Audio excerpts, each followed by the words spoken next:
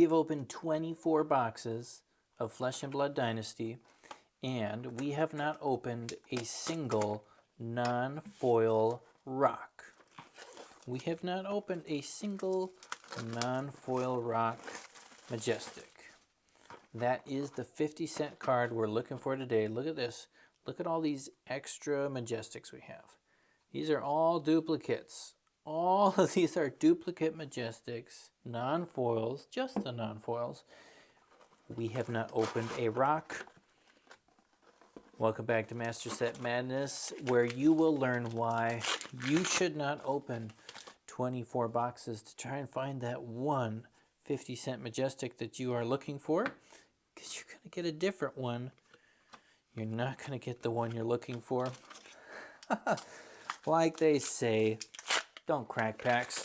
We do the opposite. That's all we do here is we crack packs, we shred them, and we look for the good stuff. So, welcome back, like I said, to Master Set Madness. We're trying to collect a complete master set of Flesh and Blood Dynasty. That is why we're looking for the old rock. We need the rock. Look at this. I'm already getting the piles all messed up. We're so excited. We are not going to yield.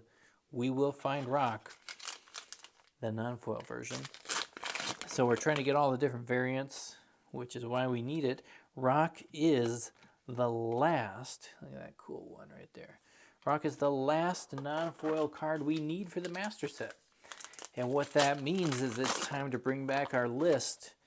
Our list is back. We got to have some goals here. Spellbane Aegis, cool shield wall. Because we got to start making some progress on this, right? This is case 7. So number 1 on our list is we got to get that rock. We got to get that non-foil rock today. We also are going to try and open up the Crown of Dominion. That is our last rainbow foil legendary that we're looking for. We also need to open a Marvel, right? A Marvel, one of the, Majestic ones that we need. Or a legendary one. That would be kind of cool too. We need to open one of those because, as we stated before, if we open this entire master set within 19 cases, I'm going to send out case number 20 for free. Oh, my friends. Look at that. Check it off the list. Marvel, Invoke Soraya. Oh my goodness, you guys. That is the card that I wanted the most from this set. That is a beautiful, beautiful card. I don't know if it's going to do justice here on the camera. Wow. Look at that. Isn't that amazing? Oh my goodness. Oh my goodness. Just slide it around. Make it out of focus. Pause. Enjoy. Look at that. Can we do this? Is Master Set Madness gonna happen? Are we gonna make it? Like I said, we need to get some marbles. Oh man. If we get it by case 19, I'm sending out case number 20 to one of my subscribers. So make sure you subscribe to the channel so you can see when we open the next marble. Yes. Wow, that is exciting. That is a way to start. If you missed the last video we were talking about value, that is what you need to open to make these boxes worth it. I mean, if that can hold its price right now, then everything else we open in this case is free. Or just making up for some of the worst cases we've had before. The not so good ones. So continuing on our list, we will continue on our list here. We're also looking for a cold foil legendary that we need. We basically need all of them except for the Spirit of Arena. We haven't gotten any of the other ones. Filling Swing. And we're going to throw this on the list early. For Uprising, I just kept it as a bonus. But it's not really a bonus because we need to get it, right? So we need to hit that Fabled. We need to hit that Fabled Command and Conquer. And, of course, the Emperor. So we're going to throw the Emperor Marvel there at the end. He might be sitting on this list for a long, long time. I hope not. I hope we actually can get him. But, man, I've been talking about, we were behind on Marvels. Get that foil diabolic ultimatum. We were behind on Marvels. We've hit 3 cases in a row here with Marvels. That's putting us back on track. And like hitting one now so early in this case, like there's a chance we hit a couple Marvels in here. There is a chance. Don't count it out. Some of you are thinking, man, this is impossible. And well, it might still be impossible to open this master set in 19 cases, but we're getting closer. Oh, and you are not helping us get any closer. Mr. Cloak. Ooh, hoo, hoo, hoo. What an exciting box 1. Everything else I was going to talk about is gone out the window because we got Soraya. Man, now if we could somehow manage the duplication of the Marvel Soraya like we have with the regular one, now that would be nice. That would be nice. Oh man, speaking of prices though, I had a conversation. If you haven't watched it yet, if you're new to the channel, when you're done with this, go back and listen to the last case opening we did, number 6. You'll see it. You can go to the playlist. I always have the playlist of all the videos from the series down in the comments, or you'll find it by searching for Master Set Madness. You can probably search like legendaries lose value or legendaries are cheap or something like that. You'll find it. It'll pop up. Move on to box 2. And we had a good discussion last time about the value of legendaries, particularly rainbow foil legendaries, and how they dropped like so much. I was talking about the Emperor's like $20. Now he's like 17 on TCG Player, and even the 2 like Soraya and Arena that we're holding like closer to 30. Now they're down to 20. Like they're just getting crushed.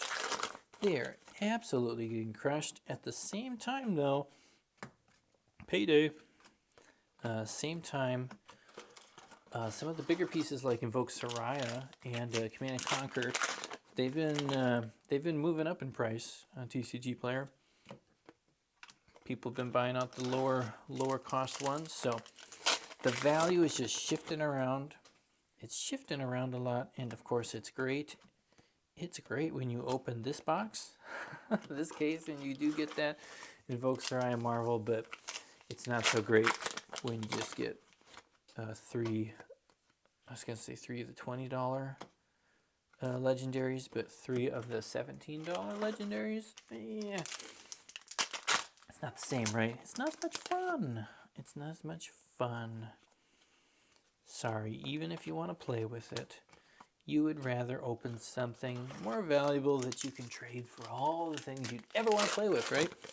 And yeah, it was a fun conversation. I actually really enjoyed payday number 2.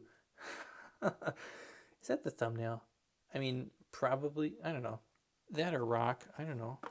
Let me know if I chose the wrong thumbnail, because I don't know what I'm going to choose yet. I thought it was a fun conversation. I really appreciated all the feedback and comments that people left on the last video. And I think, to get the perfect, like, sorry, what, I don't know, why are things like this? Why are there so many rare slots, random slots? To get the perfect layout within a box for a TCG so that it works really well for everybody who opens product to end up with good value. Like that's really difficult, right? And I really understand the desire to have there be, cheaper cards, irregular playable cards. They have a lower cost so that more people can buy them.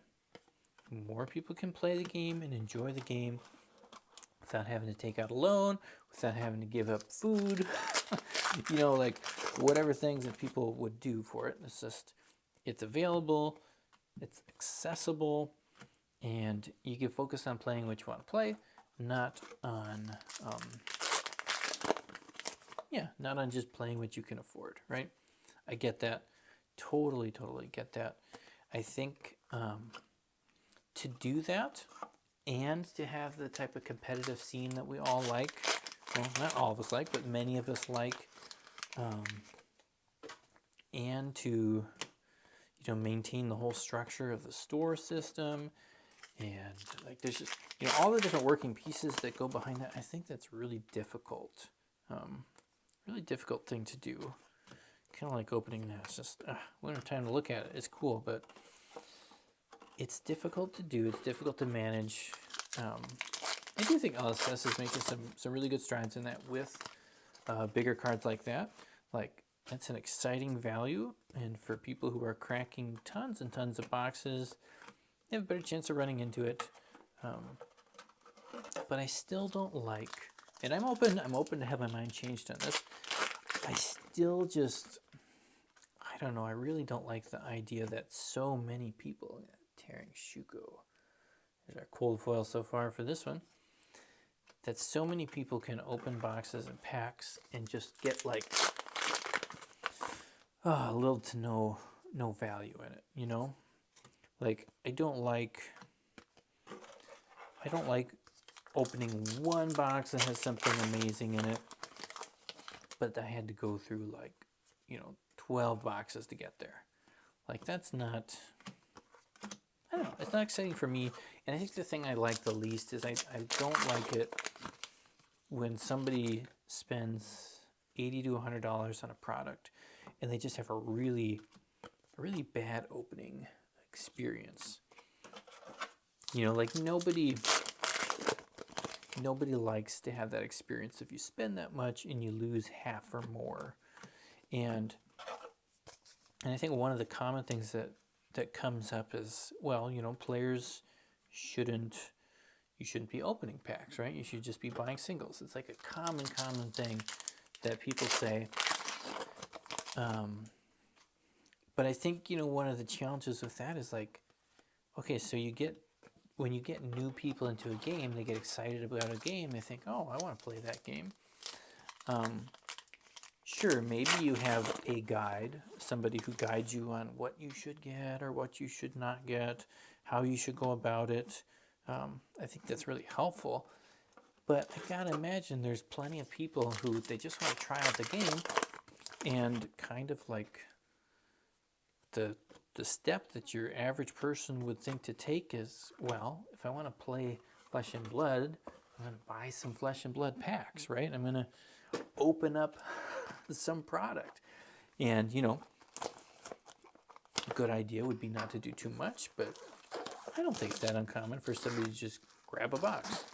And I think that first experience, that first box you open, can have a huge impact on how you feel about the game, how you interact with the game going forward. Obviously, I don't think every box should, double your money or even necessarily be like a positive amount. But if there was a way to keep it so that like you were within 20%, 20-25% of the value for each box, I think that would be a really difficult but good thing to do. And yeah, I mean, for me, like, I was really on the fence actually about Flesh and Blood. And I ended up, I don't remember, I got some boxes and I opened one. The first one I opened had the, WTR Unlimited, of course, not Alpha, unfortunately. But I got a Tunic, Fyendal's Tunic, and I thought, well, this looks cool. It's a legendary. I think those are rare and fun. And I looked it up and I was like, wow, look at the value.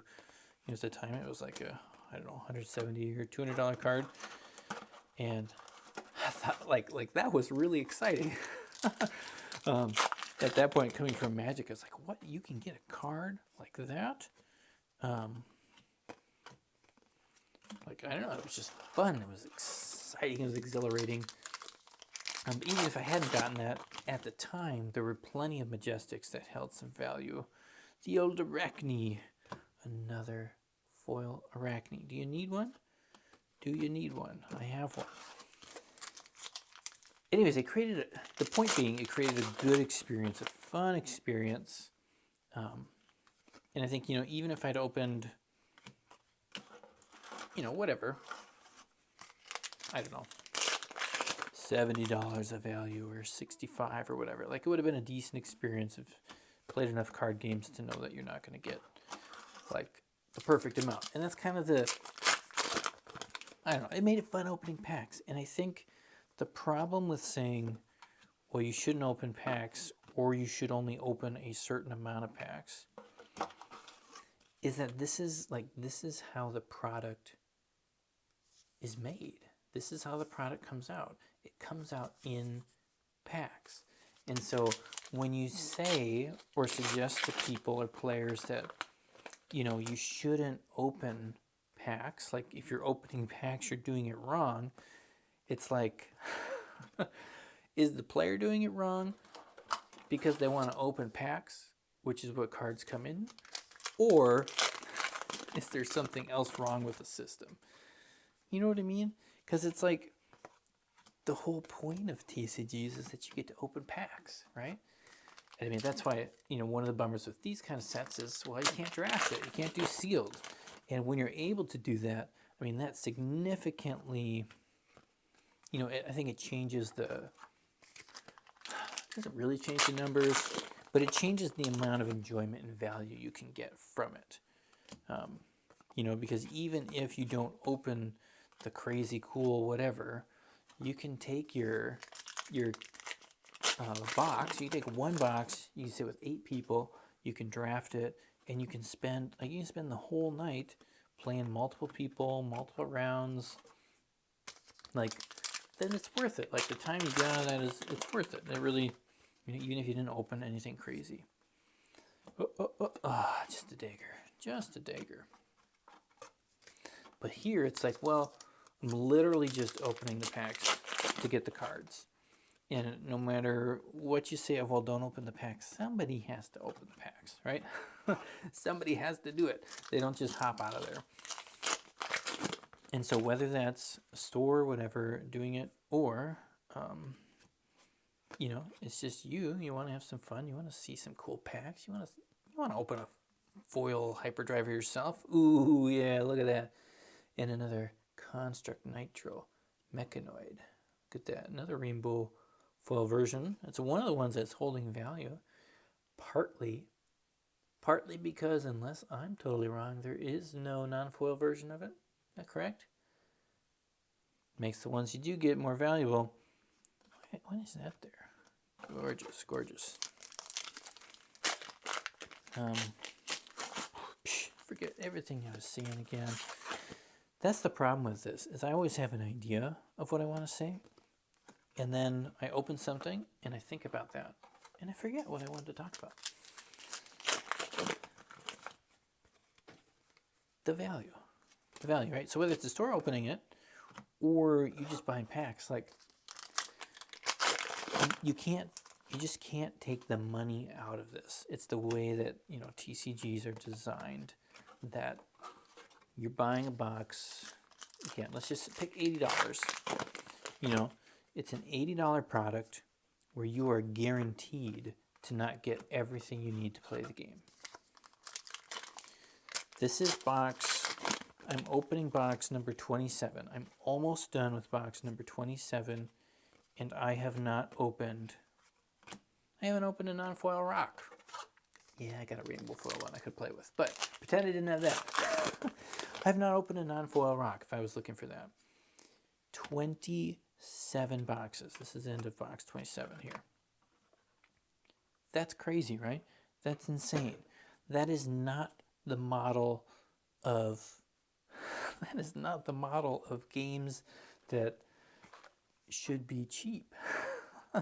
I mean, you know what I mean? Like, imagine if you had to open 28. If you had to open 28 copies of a board game to try and find one of the cards to play with. Wouldn't that be crazy? Would that not be absolutely crazy, right? But then, right, then flip around and say, well, it should only be 50 cents. Yes, I know rock is 50 cents. I know it's only 50 cents. But you see what I mean? Like, it's just, I don't know, it's a different perspective. It's a different perspective. Again, I do not like the idea that people can't play a game because of finances. Like, of course I don't like that. I mean, I didn't like that when I was a kid. Again, opening up all those Decipher packs, going online to try and trade. Like, I didn't like the idea that I couldn't have 4 double shots, or, you know, sorry, it doesn't mean anything to a lot of you. But whatever random card it was I wanted to put in my deck, of course I didn't like that. Also didn't mean I didn't enjoy the game. I think I had a lot of fun. Honestly, probably, if I'm honest, probably actually had a lot more fun playing back then with the limitations that I had, as opposed to having everything available to me immediately or right away. And I think one of the differences now is, well, I mean, for me back then, I wasn't trying to play competitively as I didn't have anywhere to go play competitively.